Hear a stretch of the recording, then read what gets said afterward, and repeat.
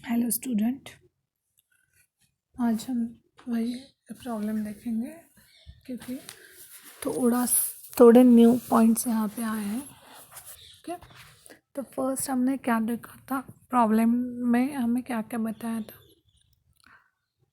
Balance sheet दी थी as on that date, लेकिन उन्होंने ऐसा कुछ नहीं दिया कि लायबिलिटी और एसेट वगैरह कुछ नहीं, सिर्फ बैलेंस शीट बताई हमें। ओके, तो जब हमें balance sheet as on that date बोला उन्होंने, तो क्या हुआ है, पर्टिकुलर एक 31 मार्च 2018 का बैलेंस है और एक 31 मार्च 2019 का बैलेंस है। तो पहले ये क्लियर कर देती हूँ मैं, जो 31 मार्च 2018 है मतलब ये ओपनिंग है, ओपनिंग डेट या ओपनिंग ईयर, ओपनिंग डेट बोल सकते हो, क्योंकि अगर 31 मार्च 2019 ईयर एंड है तो ओपनिंग डेट कब होगी, 1 अप्रैल 2018 को होगी। ओपनिंग डेट कब होगी, 1 अप्रैल 2018 होगा। यहाँ पे क्या दिया है, 31 मार्च 2018, मतलब 1 अप्रैल के जगह उन्होंने 31 मार्च लिखा है। ओके, तो हम यहाँ पे आप लोग ये समझो कि ये 31 मार्च जो है वो है 1 अप्रैल 2018। ओके,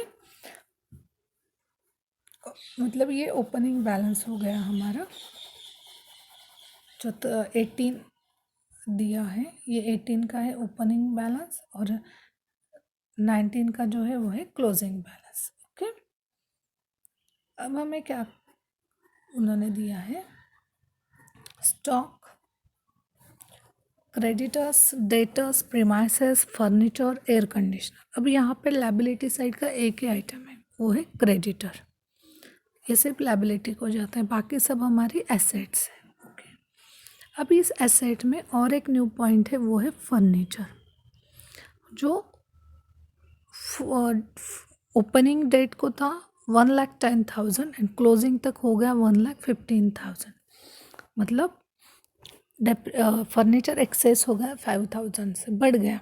फर्नीचर जो था वो क्या हो गया, 5,000 से बढ़ गया, इसलिए हम कैश बुक में भी क्या दिखाएंगे, 5,000 बढ़ गए दिखाएंगे। ओके, और जब हम 31 मार्च 2019 की बैलेंस शीट प्रिपेयर करेंगे, दैट टाइम हम उसका इफेक्ट देंगे, फर्नीचर 1,10,000 एंड ऐड 5,000 और आउटर को ये 1,15,000 का इफेक्ट जाएगा। ओके, समझ में आ रहा है यहाँ पे, समझ में आ रहा है ना। ओके, फिर से बताते हैं, फर्नीचर क्या है, 1 अप्रैल में 31 मार्च 2018 मतलब 1 अप्रैल को फर्नीचर था 1,10,000 एंड क्लोजिंग तक हो गया वो 1,15,000, मतलब 5,000 क्या हो गए, एक्सेस हो गए, यहाँ पे बढ़ गए। ओके, चलो नेक्स्ट क्या है, creditors as at 31 March 2019 include 1,50,000 for purchases for air conditioner, for purchases for air conditioner.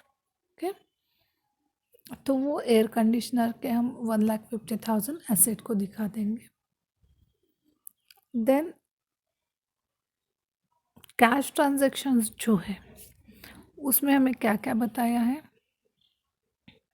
एक कैश ट्रांजेक्शन यूज़ करके हमें कैश बुक भी बनाना है। ओके, तो यहाँ पे कैश ट्रांजेक्शन में हमें क्या क्या दिया है, ओपनिंग बैलेंस दिया है कैश का, then collection from debtors customers मतलब डेटर्स दिए हैं, पेमेंट टू क्रेडिटर्स मतलब क्रेडिटर्स जो है वो है, रेंट रेट्स एंड टैक्सेस है, सैलरी है, एक्सपेंसेस है, इनकम है, ड्राइंग बाय मिस्टर शर्मा है, लोन फ्रॉम मिसेस गुप्ता है। ओके, देन कैपिटल इंट्रोड्यूस किया है 1,20,000, कैश सेल्स है, कैश परचेसेस है एंड पेड टू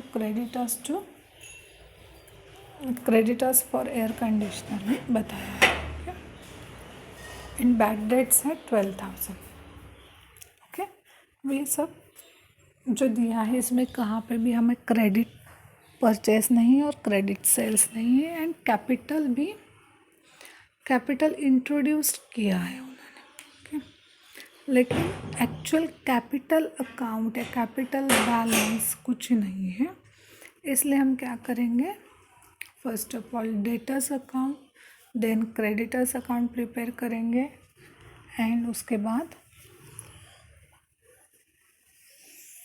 बाद हम कैश बुक प्रिपेयर करेंगे और स्टेटमेंट ऑफ अफेयर्स प्रिपेयर करेंगे। ओके, तो फर्स्ट जो डेटर्स अकाउंट है, डेटर्स अकाउंट है, उसमें हम लिखेंगे बैलेंस ब्रॉट डाउन। ये बैलेंस ब्रॉट डाउन हम कहाँ से लेंगे, जो हमें इंफॉर्मेशन दी है एसेट एंड जो हमें इंफॉर्मेशन दी है उसमें opening balance and closing balances है। ओके, तो जो डेटर्स का ओपनिंग बैलेंस है वो 11,18,000 हमने डेबिट को पोस्ट किया, एंड जो क्लोजिंग बैलेंस है वो क्रेडिट को हमने पोस्ट किया। उसके बाद बाय कैश जो 16,08,000 है वो जो है वो हमारी कलेक्शन फ्रॉम कस्टमर है। जो कैश ट्रांजेक्शन्स है उसमें कलेक्शन फ्रॉम कस्टमर्स जो है वो हमने बाय कैश करके पोस्ट किया है। ओके, उसके बाद 12,000 बैड डेट्स है वो भी हमने पोस्ट कर दिए। अब इसके बाद हम क्या करेंगे, डेटर्स अकाउंट क्लोज कर देंगे, और जो बैलेंसिंग फिगर हमें मिलेगी उसे हम नाम देंगे क्रेडिट सेल्स क्रेडिट 16,90,000। ओके, ये क्लियर हो गया। अब इसके बाद हम बनाएंगे क्रेडिटर्स अकाउंट। जब हम क्रेडिटर्स अकाउंट बनाएंगे उस टाइम सेम डेटर्स अकाउंट की तरह बैलेंस ब्रॉट डाउन और बैलेंस कैरिड डाउन करेंगे। बैलेंस ब्रॉट डाउन 1,60,000 है एंड बैलेंस कैरिड डाउन 1,45,000 है। ओके, और जो कैश है, कैश मतलब क्या है, पेमेंट टू क्रेडिटर्स जो है कैश ट्रांजेक्शन में, वो यहाँ पे हमने टू कैश करके पोस्ट किया है 14,40,000। ओके, उसके बाद जो बैलेंसिंग फिगर आएगी उसे हम क्रेडिट परचेस बोल देंगे, 14,25,000 वो हमारी आ गई। उसके बाद हम स्टेटमेंट ऑफ अफेयर्स बनाएंगे। जो स्टेटमेंट ऑफ अफेयर्स है उसमें हम क्या करते हैं, जो भी बैलेंसेस है ओपनिंग के, मतलब हमारे पास एक ओपनिंग बैलेंस है और एक क्लोजिंग बैलेंस है एसेट्स एंड लायबिलिटीज़ का। हमारे पास क्या है, opening balance and closing balance है एसेट्स एंड लायबिलिटीज़ का। जब हम स्टेटमेंट ऑफ अफेयर्स बनाएंगे, मतलब वो बैलेंस शीट ही है, सिर्फ हमने वहाँ नाम दिया है statement of affairs as on 1 April 2018। Okay, तो सब के सब ओपनिंग बैलेंसेस हम यहाँ लेंगे। फर्स्ट क्रेडिटर्स है 1,60,000, लायबिलिटी साइड का वन ही आइटम है क्रेडिटर्स, वो है 1,60,000। बाकी के जो है वो सब एसेट है हमारे। उसमें है स्टॉक 1,98,000, डेटर्स है 11,80,000, प्रीमाइसेस है 9 लाख, फर्नीचर है 1,10,000 एंड एयर कंडीशनर है 1,50,000। ओके, तो टोटल जो है एसेट साइड के मतलब बैलेंस शीट के वो है 25,38,000। ओके, और जो हमने बैलेंसिंग फिगर निकाली वो है 23,78,000। जो बैलेंसिंग फिगर निकाली वो है 23,78,000। मतलब हमारा जो कैपिटल है वो हो गया 23,78,000। ओके, ये हो गया हमारा स्टेटमेंट ऑफ अफेयर्स। अब इसके बाद कैश बुक प्रिपेयर करना है, उसके लिए हम कैश ट्रांजैक्शन से यूज़ करेंगे। उसमें ओपनिंग कैश बैलेंस है 1,50,000। डेटर्स मतलब कलेक्शन फ्रॉम कस्टमर्स जो है वो है 16,08,000। उसके बाद पेमेंट टू क्रेडिटर्स जो है उसे हम क्रेडिटर्स बोल देंगे 14,40,000। Sundry income 1,65,000। कैपिटल इंट्रोड्यूस्ड हुआ है वो है 1,20,000। सेल से 1,15,000 and loan from missus Gupta है 2,30,000। Okay, then air conditioner 1,50,000, creditors 14,40,000, rent rates and taxes 1,15,000 है, सैलरी 11,20,000 है, एक्सपेंसेस 1,80,000 है, ड्राइंग 3 lakhs है, परचेसेस 1,50,000 एंड यहाँ पे जो फर्नीचर 5,000 लिखा वो मैंने पहले ही आपको बताया। फर्नीचर ओपनिंग बैलेंस था 1,10,000 एंड क्लोजिंग बैलेंस है 1,15,000, तो 5,000 क्या हो गया, फर्नीचर हमारा बढ़ गया, इसलिए वो 5,000 हमने ले लिया। ओके, फिर हमने कैश बुक क्लोज किया तो बैलेंस कैरी डाउन आ गया 10,72,000। Okay, sorry, balance carry down 10,72,000। यहाँ तक समझ में आ गया आप लोगों को। Debtors account, creditor account, statement of affairs and cash book हमने बना ली। ओके, अब इसके बाद हम बनाएंगे trading account, profit and loss account and balance sheet. Okay, तो देखो पहले हम ट्रेडिंग अकाउंट को क्या क्या पोस्ट होता है वो आपके ध्यान में आना चाहिए। एक तो ट्रेडिंग अकाउंट को sales, purchases, wages, opening stock, closing stock, ये तो फिक्स आइटम होते हैं जो ट्रेडिंग को पोस्ट होते हैं। ओके, तो यहाँ पे ओपनिंग स्टॉक है हमारा 1,98,000, जो हमें एग्जाम्पल में इंफॉर्मेशन मिली है। देखो प्रॉब्लम दिखाई दे रहा है स्क्रीन में, इसमें ओपनिंग एंड क्लोजिंग बैलेंसेस है। स्टॉक को ओपनिंग है 1,98,000 जो हम ट्रेडिंग के डेबिट को लिखेंगे, और क्लोजिंग है 11,32,000 जो हम ट्रेडिंग के क्रेडिट को लिखेंगे। ओके, देखो यहाँ पे ये हो गया ओपनिंग स्टॉक, ये हो गया क्लोजिंग स्टॉक। ओके, उसके बाद बाय सेल्स जो कैश है 1,15,000, और हमने जब डेटर्स अकाउंट ओपन किया था तब हमें बैलेंसिंग फिगर मतलब क्रेडिट सेल्स मिले थे 16,90,000, मतलब टोटल सेल्स हो गए 18,05,000। ओके, उसके बाद परचेसेस भी कैश परचेसेस है 1,50,000, और जब हमने क्रेडिटर्स अकाउंट ओपन किया था उसके बैलेंसिंग फिगर हो गया 14,25,000, तो टोटल परचेसेस हो गए 15,75,000। ओके, अब हम क्या करेंगे, ट्रेडिंग अकाउंट क्लोज कर देंगे।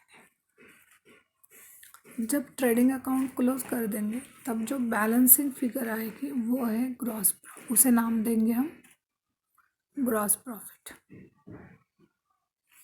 जब ट्रेडिंग अकाउंट क्लोज करने के बाद डेबिट को बैलेंस मतलब डेबिट साइड अगर बैलेंसिंग फिगर मिलते तो प्रॉफिट है, क्रेडिट साइड मिलेगी तो वो लॉस है।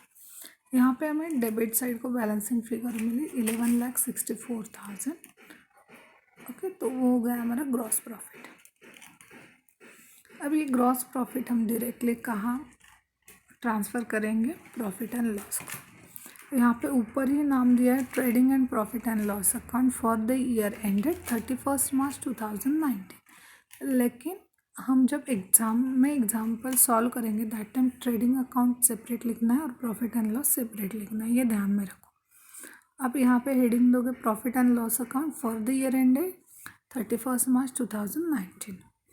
अब ये ग्रॉस प्रॉफिट जाएगा क्रेडिट साइड को,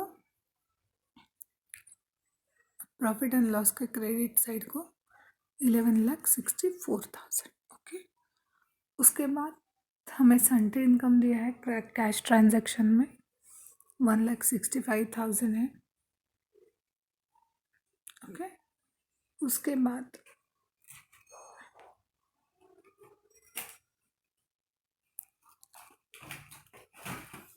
रेंट रेट्स एंड टैक्सेस है 1,15,000 है। उसके बाद सैलरी 11,20,000 है। देन उसके बाद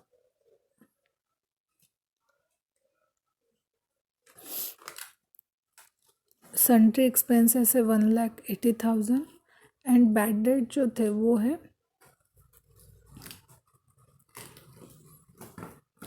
12,000।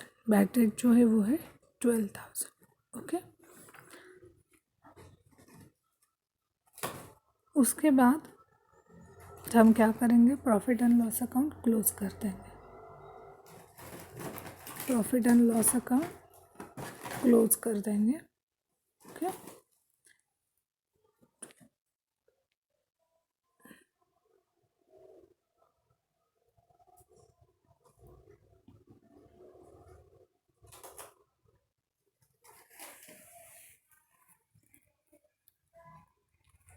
उसके बाद जो नेट लॉस आता है वो हम क्या करेंगे, ट्रांसफ़र कर देंगे बैलेंस शीट की लायबिलिटी साइड। इस बुक में बहुत सारे प्रिंटिंग मिस्टेक्स है, तो आप जब सॉल्व करोगे दैट टाइम आपको पता चलेगा। वैसे मैंने बार बार वहाँ पे करेक्शन कर लिए, फिर भी अगर एक कोई रहती है तो मुझे बता देना। ओके,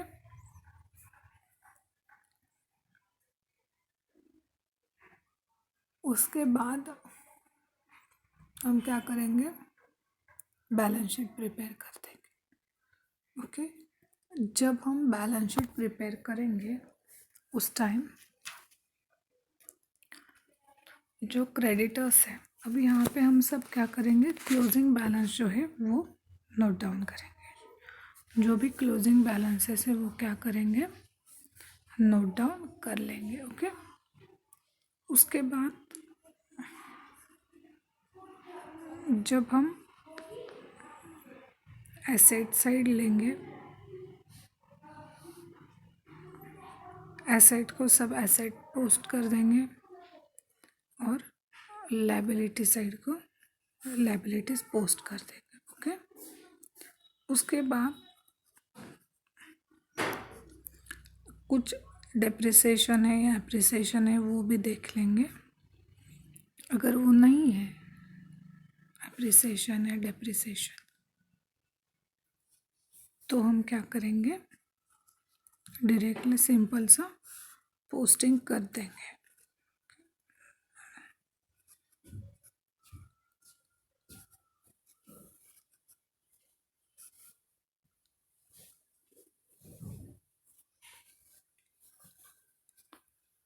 उसके बाद लोन फ्रॉम गुप्ता जो है वो लिखेंगे 2,30,000। बैंक ओवरड्राफ्ट मतलब जो हमने कैश बुक बनाया था उसमें जो बैलेंस कैरी डाउन करके लिया है हमने 10,72,000। 10,72,000 जो है हमारा, वो हम एज अ बैंक ओवरड्राफ्ट करके लायबिलिटी साइड को पोस्ट कर देंगे। देन जो कैपिटल अकाउंट है उसमें हमने जो कैपिटल बैलेंसिंग फिगर निकाली थी वो लेंगे 23,78,000। उसमें ऐड कैपिटल इंट्रोड्यूस जो था वो है 1,20,000। उसमें से हम जो लॉस आया था वो लेस कर देंगे एंड जो ड्राइंग है वो भी लेस कर देंगे। मैं सिंपल में यहाँ बताती हूँ, कैपिटल जो होता है अगर बैलेंसिंग फिगर निकाली तो वो कैपिटल लेंगे, या फिर एग्जांपल में अगर सिर्फ कैपिटल बोला है तो वो हम यूज़ करेंगे। उसमें हम प्रॉफिट ऐड कर सकते हैं। उसमें कैपिटल इंट्रोड्यूस्ड है तो न्यू कैपिटल जो होता है वो ऐड कर देंगे।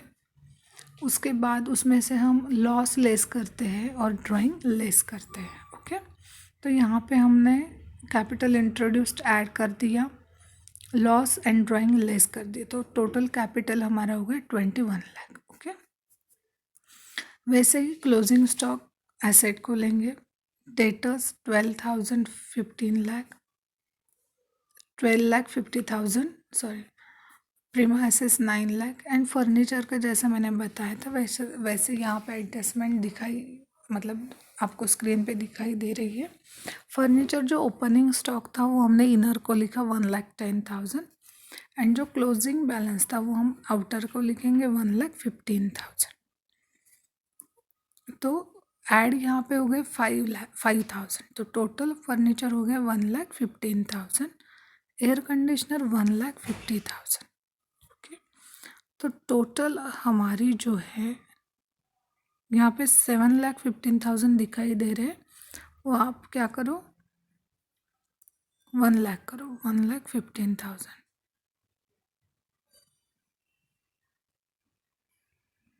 वो क्या है 1,15,000 है। ओके, तो टोटल बैलेंस शीट हो गई 35,47,000।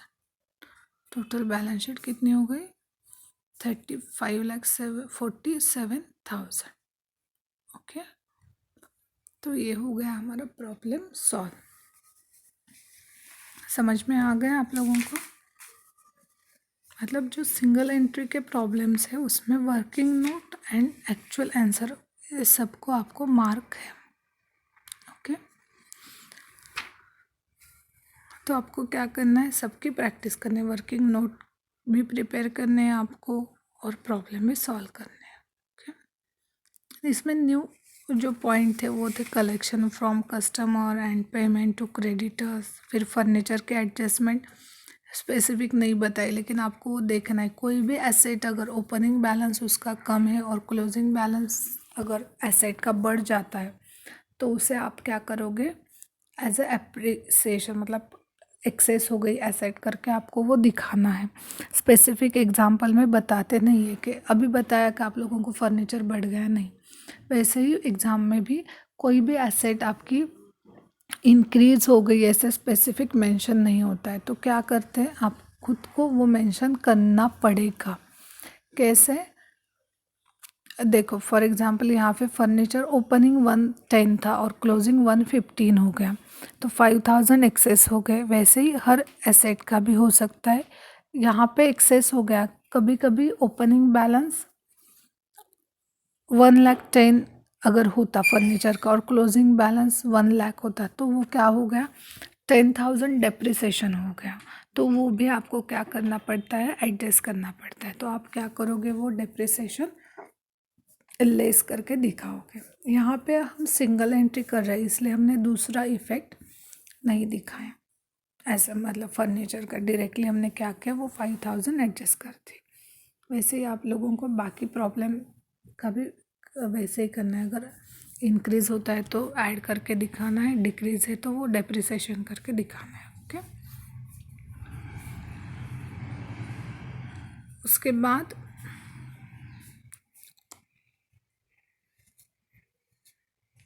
डेटर्स एंड क्रेडिटर्स अकाउंट का तो मैंने आप लोगों को बताया क्या क्या करना है, स्टेटमेंट ऑफ अफेयर्स कैसे करना है वो बताया, कैश बुक भी मैंने बताया। अब कैश बुक का जो क्लोजिंग बैलेंस आता है, ये बैलेंस कैरी डाउन होता है, मतलब फॉर एग्जांपल वो बैलेंसिंग फिगर होती है, वो हमें क्या करनी है, जब हम बैलेंस शीट बनाएंगे तो वो जो बैलेंस होता है कैश बुक का, वो हम एज अ बैंक ओवरड्राफ्ट करके लेंगे।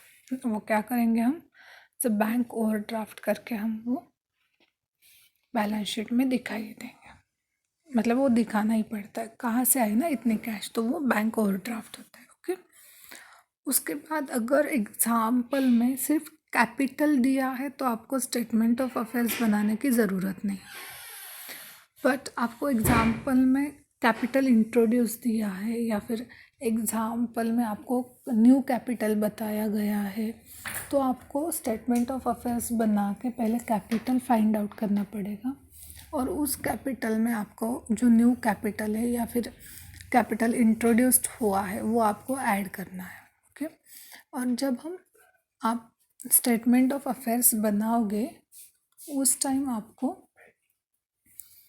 जो ओपनिंग बैलेंसेस है, फॉर एग्जांपल वो लायबिलिटी के हो या एसेट के हो, आपको क्या करना है, सब ओपनिंग बैलेंसेस ही वहाँ पे लेने जब आप कैपिटल फाइंड आउट करोगे। ओके, देन और एक पॉइंट था आपको बताने का, जब हम बैलेंस शीट बनाते उसमें आपको क्या करना है, कैपिटल जब आप लायबिलिटी साइड को कैपिटल में पोस्ट करते हो तो उस कैपिटल में आपको क्या करना है, जो बैलेंसिंग फिगर आई है कैपिटल की वो लिखोगे आप, उसमें आपको न्यू कैपिटल या फिर इंट्रोड्यूस्ड कैपिटल है वो ऐड करना है। उसके बाद प्रॉफिट ऐड करना है, नेट प्रॉफिट। उसके बाद अगर लॉस आता है तो नेट लॉस कैपिटल से लेस करना है और ड्राइंग भी आपको लेस करना है। ओके, उसके बाद और एक पॉइंट है जो मैंने बताया था, अगर क्रेडिट सेल्स नहीं है तो आपको डेटर्स अकाउंट प्रिपेयर करके क्रेडिट सेल्स फाइंड आउट करने हैं। क्रेडिट परचेस नहीं दिए तो आपको क्रेडिट परचेस निकालने के लिए क्रेडिटर्स अकाउंट ओपन करना है।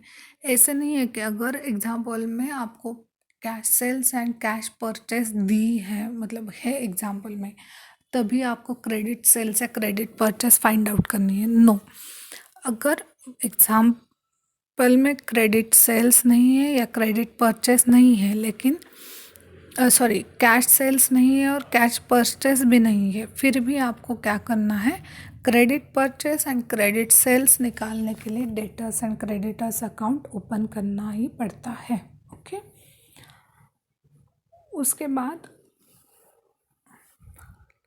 कैश बुक तो मैंने बताया, कैश बुक में आप क्या करोगे, जो भी कैश ट्रांजैक्शंस हैं वो सब आपको वहाँ पे लेने हैं, जितने भी कैश ट्रांजैक्शंस उन्होंने बताए हैं, जो भी है डेट वाइज या विदाउट डेट, विदाउट एडजस्टमेंट, जो भी है वैसे ही आपको प्रिपेयर करना है।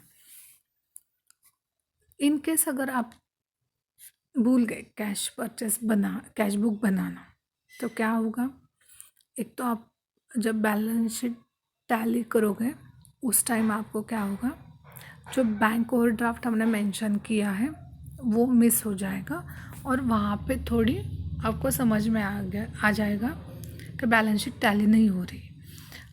उस टाइम आप क्या कर सकते हो, आप कैश बुक बना सकते हो तुरंत।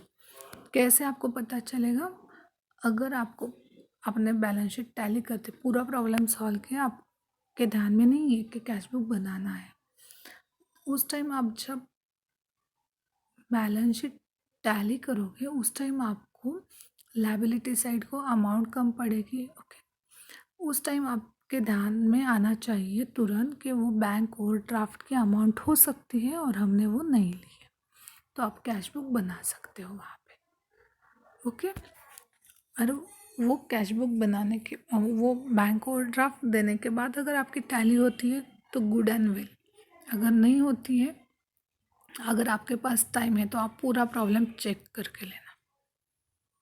ओके, अगर टैली करते टाइम है तो आप फटाफट से फिर से एक बार रिवाइज करके प्रॉब्लम देख सकते हो, अगर नहीं है तो आपको फिर से जो छोटे छोटे पॉइंट है वो चेक करने पड़ेंगे। ये मैं आपको अभी क्यों बता रही हूँ, क्योंकि आप जब प्रैक्टिस करोगे घर में तो इस टाइप से ही आपको प्रैक्टिस करनी है, इस स्टेप से, ये स्टेप्स सब यूज़ करके। ये स्टेप्स अगर मैंने एग्ज़ाम के 2 दिन पहले बता दिए तो उसका कुछ फ़ायदा ही नहीं होगा ना आप लोगों को। एग्ज़ाम में डायरेक्टली आप कोई फेस करना पड़ेगा तो क्या हो, कैसे चलेगा। इसलिए मैं ये क्यों बता रही हूँ, अभी प्रॉब्लम 4 प्रॉब्लम हमारे हो गए, इसके बाद मैं बता रही हूँ ताकि आप जब प्रैक्टिस करोगे दैट टाइम आपको ये पूरे स्टेप्स यूज़ करने हैं।